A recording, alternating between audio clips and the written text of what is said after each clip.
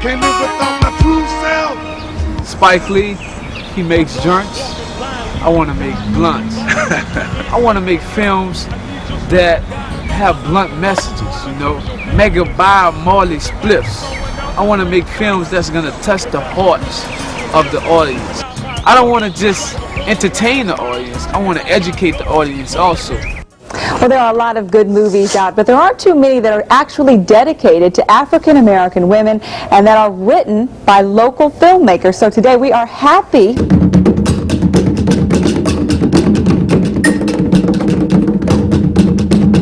Black woman has had to battle all the way to fight against the oppression of her as a human being. The inspiration for this movie comes from books I've read, from just observing society and the ills that society holds for African Americans and the ills that we have within ourselves. And I think when we address those ills, we grow. The most disrespected person in America is the black woman. The most unprotected person in America is the black woman. The most neglected person in America is the black woman. Well, I think parents are a child's role model from the very beginning, from the time they're born. And the significance, one of the scenes that we did was one where I was holding her after I had given birth to her, and I named her. And that set the pace for where this child's life was going to go, you know, as far as what her beliefs were going to be. You know, a parent shapes a child's belief whether they're aware of it or not, and that was my role. That was who I was. I shaped this girl into a phony facade, you know, of disbelief, and that was my role in the film, and that's a very important role because it lets other people know, especially parents, how intrusive they can be when it comes to their children's identities. You know, so the movie itself was such a great impact. And me, I'm thinking about when I was a young girl with Imitation of Life. It's deeper than Imitation of Life because true self, it's hard to find yourself, you know. So some people never ever come to that experience of their true self. Many years we were told that only white people were beautiful. Only straight hair, light eyes, light skin was beautiful, and so black women would try everything they could, straighten their hair, lighten their skin to look as much like white women. And the black men would, let it be known that they thought white women were beautiful, and they'd say they didn't want any ugly black woman with short hair. This whole thing. But this has changed because black people are aware now that their own appearance is beautiful, they're proud of it, and white people are aware of it too because white people now want natural wigs. They want wigs like this. Dig it? Isn't it beautiful? All right. My definition of my true self is being comfortable with who I am. You know what I'm saying? Despite all my flaws, all the things that I could clean up and all, that's all about your true self, loving who you are and trying to make who you are better. For me, true self was about a mother who was interested in trying to get her daughter to more or less have a better way of life. But unfortunately, she went about it, I think, in not so nice a way, in that she used skin color as a way to teach her daughter about what is the meaning of her whole existence, which is something that's totally incorrect. We suffering, you know, as black people, we're suffering, you know, from within, you know. Society has really just messed our heads up, you know, and it's going on from generation to generation. So if I can make, you know, just a dent in that with this small media project that I'm trying to do, you know, I think it'll help, you know. And I'm sure other people are doing other things, and this is just my way of making a contribution, just like, you know, Malcolm X, Marcus Garvey, you know, whoever, you know. In terms of the idea of true self, I thought that the theme of the movie was great, in that human beings have a number of selves. They have a spiritual self, they have a physical self, they have a social self, they have a cultural self, and they have a conscious self. And that conscious self is an awareness. And the human being is the only one that has this awareness of his own awareness. And it allows for us to do some reflecting, to go back and retrieve the best of who we were, to live in the present for the future. In the African tradition, it is called Sankofa, where you know that your first step forward is a step backward to take the wisdom of the certainty and predictability of yesteryear. So it was in this this sense of the theme of the movie and the progression of it to bring about consciousness that I thought that my brother Akeem did a superb job. Most of the filmmaking is just trying different things. So the things I tried, I thought they worked. All right, stop. All right, good. Okay. It took us 6 days to shoot it. First it took us, actually, when I first started, I thought it was only gonna take like a weekend to go ahead and finish the project. Y'all got the fence. So is it set? You don't want to try another one? Yeah, go ahead, King. You want to keep moving? I think it's a good shot. I don't think we need to. Okay, Let's move on. Let's move on. I get some face. Some legs. Some $1 million legs. We were doing the rain and I was looking for shadows. I didn't see it. Good. Here's what we're gonna do. We'll move the lights. You got this one out up there. Yeah, I got this. Get some sandbags. Yeah, sandbags are going too. We're going all the way to the front. I got involved as a gaffer or electrician to help him out in terms of the lighting. We were doing some nighttime shooting and a couple of different locations. So it was important, the lighting. You want a good looking film, yeah. No, actually, we just stay, we don't need you because, running is running. You know what I'm saying? So we don't need you to get involved. But we just want you to know what you have to do. So, once they get the lights set up, we'll be ready. But I'm not saying for me, I'm saying for his purposes. Do you want to? Yeah, I mean, I don't need to run through it. I just need to get the lights set. Right. And then just have us go down one time at like half speed, just so we're both in sync, and then we'll run it. Because running with that camera up at full speed is just strenuous as hell, and I want to save myself a little bit. And you want to save yourself because we got another block to run. So what you just did was you told me how much time it'll take with the lights. If it'll take a lot of time with the lights, let's not do it because we need to get in the park and we need to shoot that stuff. Okay, so we're not going to do a long crane shot there. Exactly. Okay. So I'm saying, once she comes up and over the rocks, catch her there, then get a wide shot of her. Yep. Right? Running away. Seeing her run away. I'm saying we could get the crane shot, crane by the pool, and cheat, and come with a reverse angle.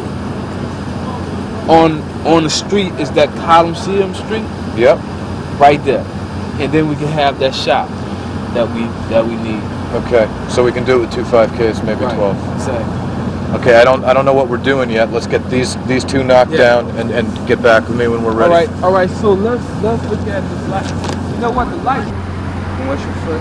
We're almost there. Just a little bit more. Almost there. We're almost in the park. Once we get in the park, Got it. It'll be different. Are you gonna be running on the sidewalk? No, on the grass. Camera ready? Well, we had one camera. We shot it from different angles, So when I edited it, I had like 3-4 different shots to pick from to put it all together. So throughout the whole film, did you have one camera?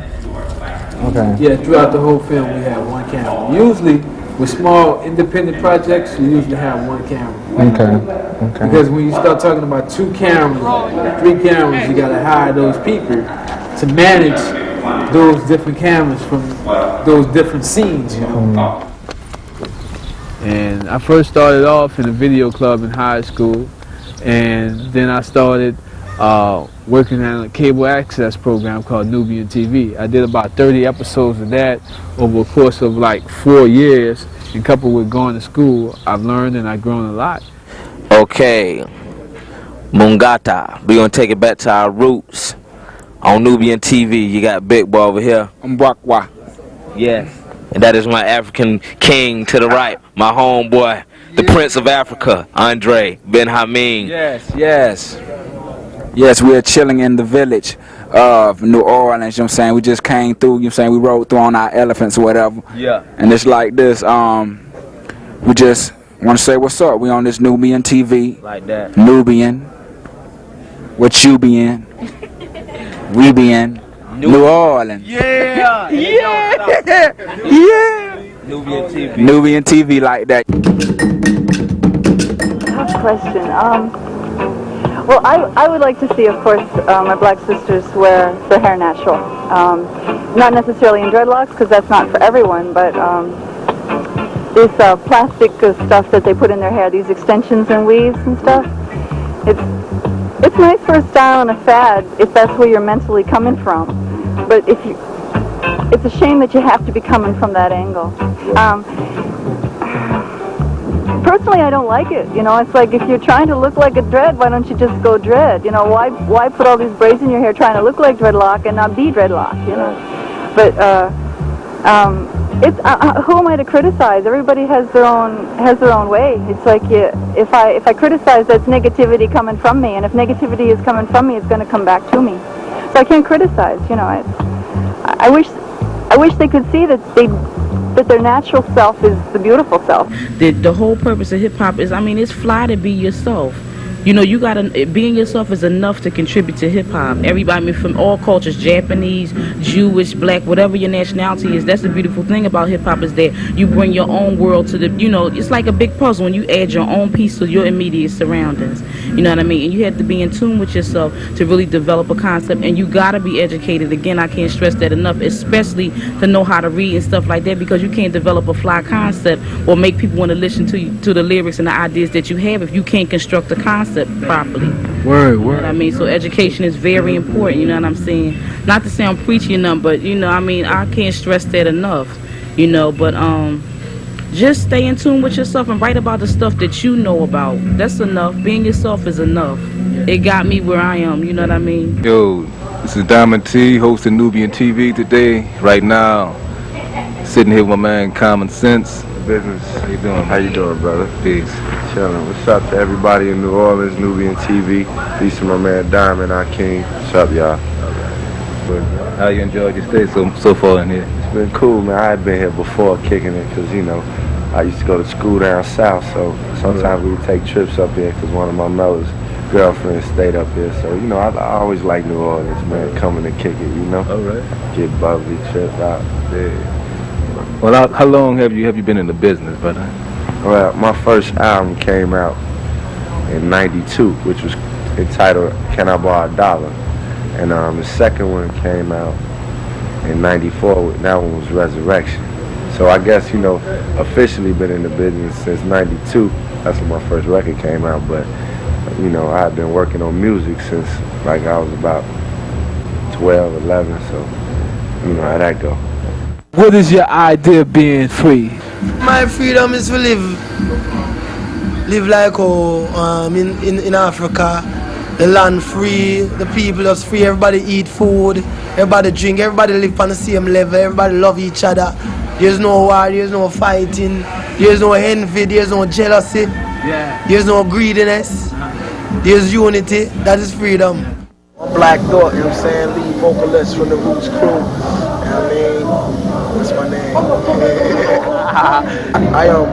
I started rhyming from just, you know what I mean, being exposed to the whole hip-hop culture as a youth, you know what I'm saying? I mean, just the same way hip-hop is like the culture of our generation. Like, that's the thing. I mean, I really came up in that whole, right amidst it, you know what I'm saying? Because in Philadelphia, it used to be very heavily saturated with hip-hop culture when I was, you know what I mean, a youth. So that's what made me want to rhyme, just seeing other rappers and other people breaking and writing graffiti and doing all of that, you know what I'm saying? I don't really send out I don't write any messages to send them out. You know what I'm saying? My music, some people get message out of my music. Some people get, you know what I'm saying, different messages. Like, I mean, I just make the music coming from where I'm at. You know what I'm saying? I'm coming from a Philadelphia perspective as a musician, as a vocalist, as an artist. You know what I mean? And just from my experiences, that's what make me rhyme the way I rhyme. You know what I mean? Other people who rhyme other ways, it's from their experiences. You know what I'm saying? Like, I mean, I don't know. I don't really knock nobody for what they do. You know what I'm saying? Like, conscious, non-conscious. Some people, they weren't exposed to knowledge of self, so they can't rap conscious. I felt like, you know, when we came into the game, there was Furious 5 were doing their thing, and you know, Treacherous 3 was doing their thing, but it was even before them. There was more groups before them that we looked up to that was pretty much establishing themselves. I believe in groups that rehearse and do their thing correct and tight. And the Cold Crush 4 was one of the groups that had their thing together, and they would rehearse and they'd come and they'd have their turntables turned on. And then some of the other rappers, when we got into it, that were already out there, the show wasn't as tight, and they didn't have, you know, what the Cold Crush had. So we give props to the Cold Crush, and we do give props to Grandmaster Flash. Even before he made his records, I liked them better before they made records. They'd come and Flash would scratch, and Melly Mel would be right there.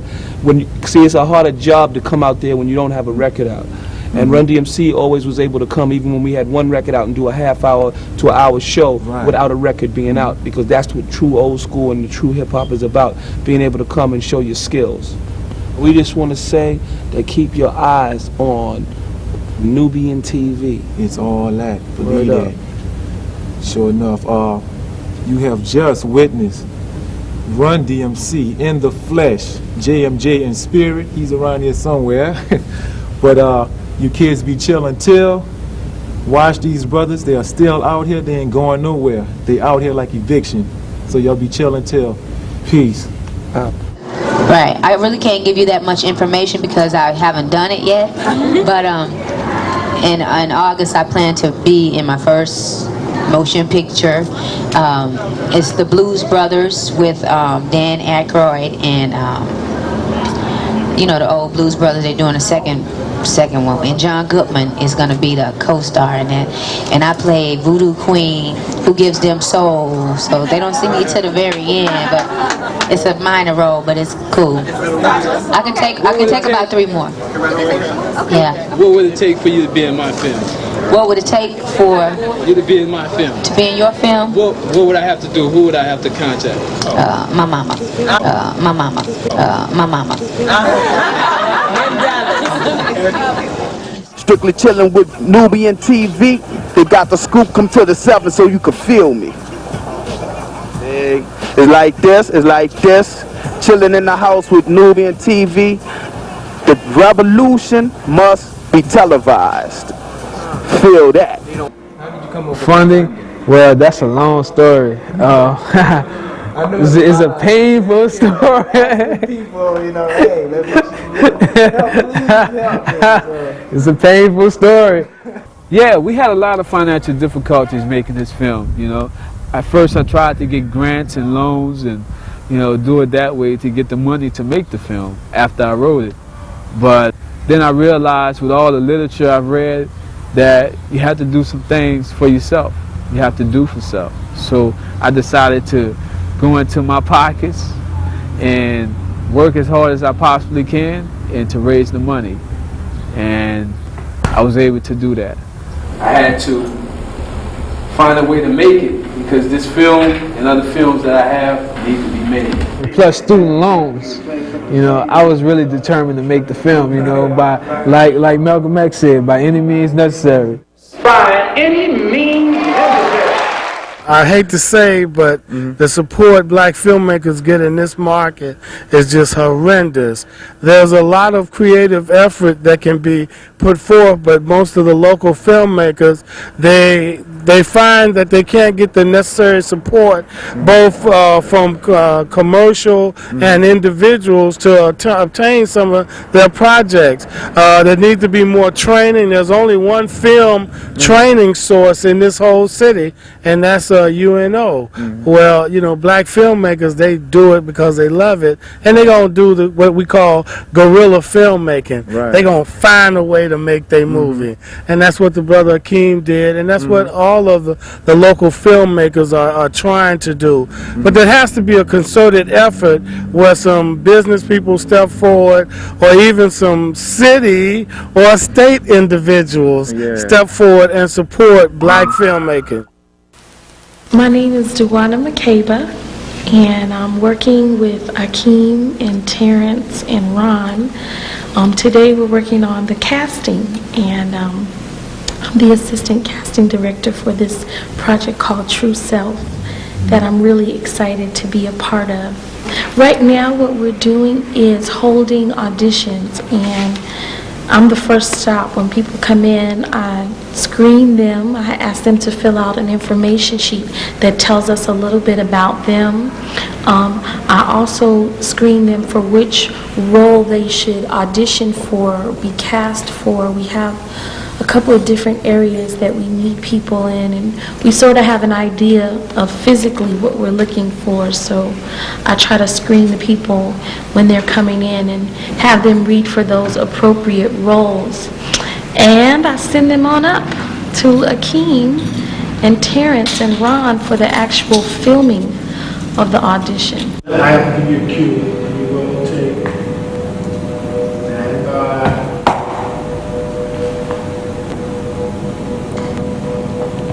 my name is Nigel.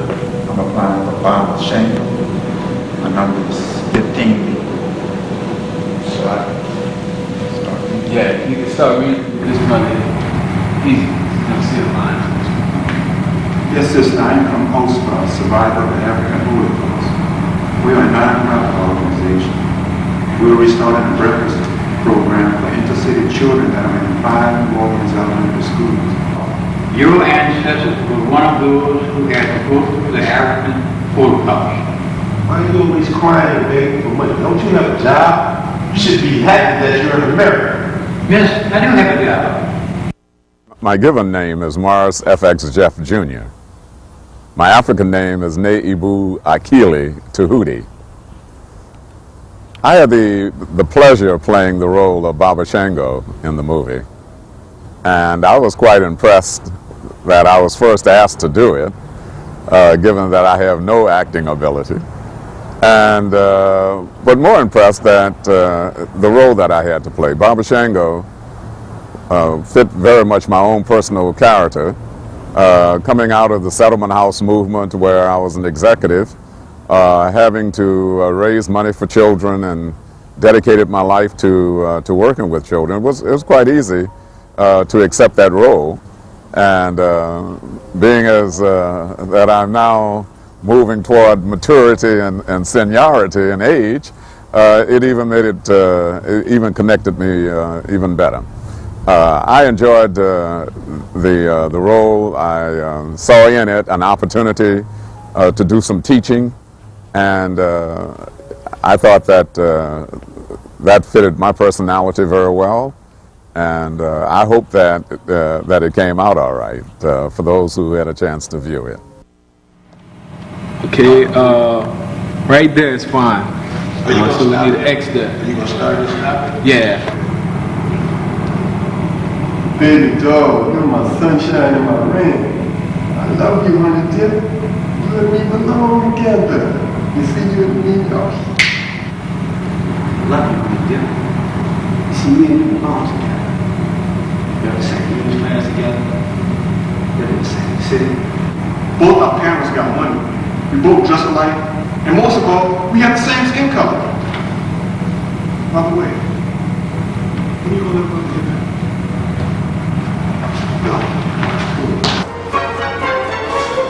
By the way,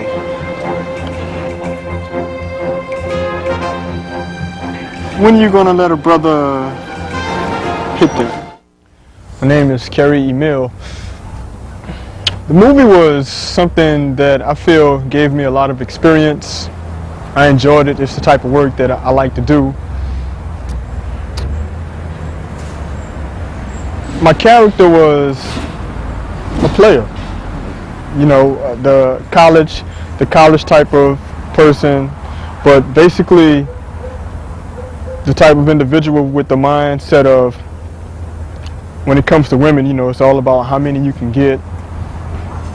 You have your clique that you talk to and compare notes with, you know, who was the last person you got. I liked him. I seen him as a person. Basically, he was about himself. You know, he used means to get what he wanted, which was he wanted to get Laura's pants. So he said whatever he had to say. You know, that was his goal. So he said whatever he had to. Not sincere, but he was a good actor. I'm Ken Jung, I'm reading for MC Wong. I'm 25. Okay, can I move around? Yeah, just move around, just stand there, gentlemen. Okay, just around this. I got him, whatever he does. Okay, all right.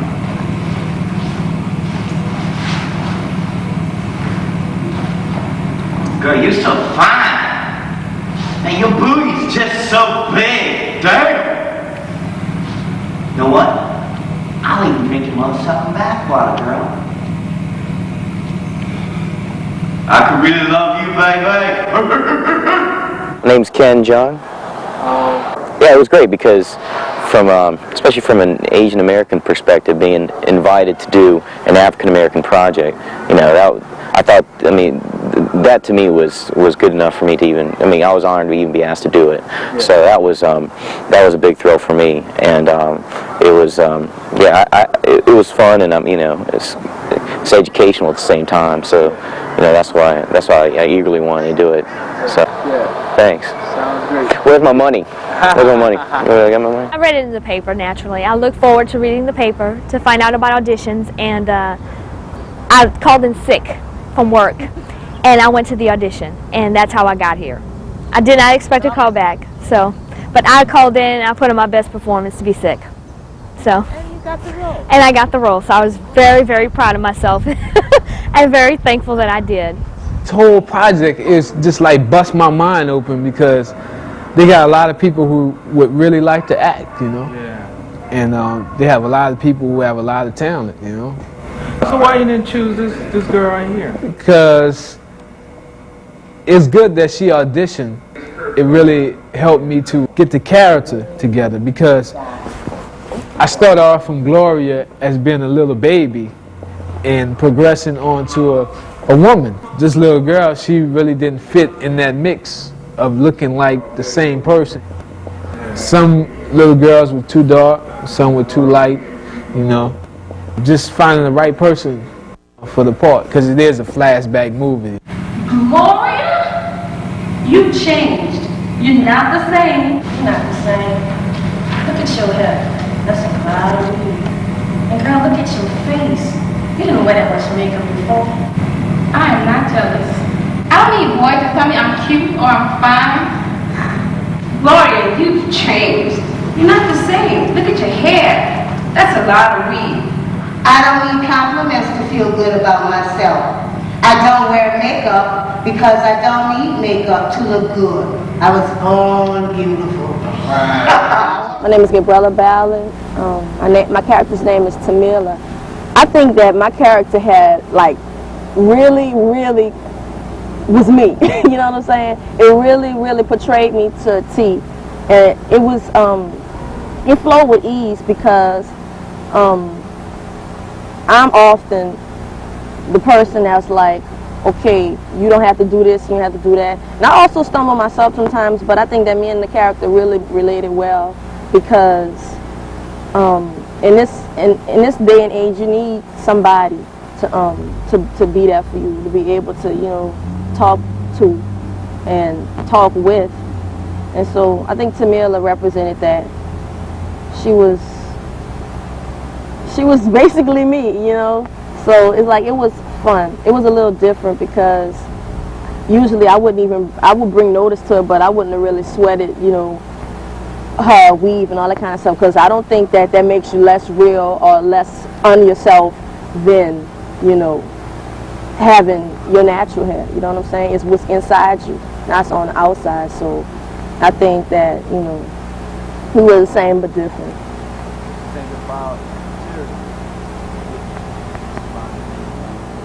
It's a waste of money to me, but if you have the money and you want to buy that, that's your choice.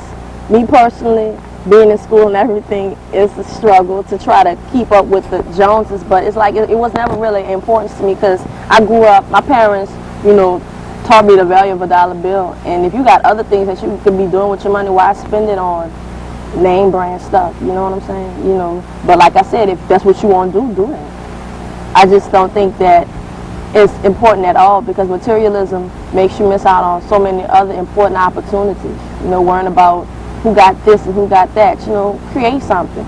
Make your own this and your own that. Don't, you know, buy from somebody else. My name is Marcus Jr. That sounds familiar. You're not about to start talking that black stuff, right? No, I wasn't planning on to, but check this out. My name is Marcus Jr. What's up, girl? What's up? How you doing? How you doing? Say, what's your name? Say, my name's Marcus.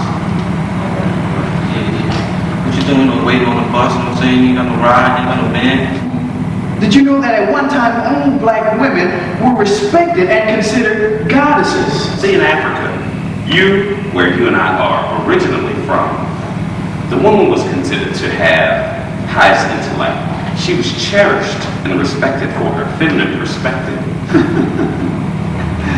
Girl, you trying to make a funny? You trying to make it funny, right? All jokes aside, I'm serious.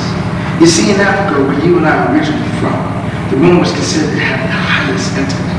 She was cherished and respected for her feminine perspective and viewpoint of life. I know this may be a shock to you, but you are a goddess. First of all, my name is Michael Shannon, and I am an actor, a thespian. The character I played in True Self is stunning. Is a character that I really never played in true life. That's what was so attractive about it. It was a character I really never thought existed until I got a chance to play it. I always thought, like most men, that any man that runs up in a woman's face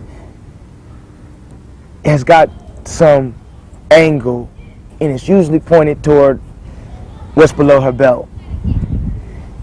It was nice to actually take time out to step back and love myself enough to not want anything from someone in conversation other than the feeling that maybe I've helped them spiritually or helped them grow. No, seriously, listen. In Africa, where you and I are originally from, the black woman is considered to have the highest intellect. She's respected for her feminine perspective and her point of view on life. So as shocking as this may seem, you, my dear, are a goddess. I mean, that was the only satisfaction that this character really sought, was the satisfaction of knowing that he reached out and helped somebody some kind of way spiritually. And he was okay even if he didn't, but he was not okay with the fact of not trying. If I'm gonna wait for a bus and there's a beautiful black woman beside me, why be isolated? Why go crawl up in the corner and listen to my music and be to myself when there are things about me that I should want to feel good enough about to share with her and not hope that some kind of way it ends up laying her on her back. It was just cool. And after I got a chance to do it, I thought, wow, you know, I've been selling men short all my life and selling myself short in that whole capacity. So I grew a little with Marcus, so it was cool. To my sisters in the world, sometimes in your mind you have a plan, you find that special man, now it's out of hand. What started off as bliss faded away, cause the face he used to kiss on, now he hit on every day, and still you let him stay, cause he apologized, realized the facts, love the glory when your eyes are black, and still you take him back. He say his love is real, you on the phone crying to me, while your bruises heal, my sister, where is your mind, yo, what's the deal? They say love is blind, but tell me, do you like the way it feels? I was told from the high, never fold, stay on track, don't take no shit off no gap. If you swing back, never thought it had to come to that, but it did, never stress. Remember lessons I learned as a kid, as I got older, I knew as I got older, you knew I had your shoulder, but you let your man control you. Mama told you things would be like this, now you're pissed, cause the man you love is swinging his fist, and you accepting it, while he telling you he love you, only thinking of you. If it's true, he shouldn't have to push his stuff on you, so tell me what is wrong, cause you always getting hurt. If I bust to lay his hand on you, just lay him in and there's no second thoughts, lay him down on the cross and tell him to get lost. He was one of them boss selectors. This didn't happen at school, huh? This didn't happen at your school, huh? Your white friends didn't see you talking to him, huh? Baby, stay away from them dark-skinned little militant niggas. My name is Barbara Trevine, and I played the role of Betty Jean, the mother in True Self.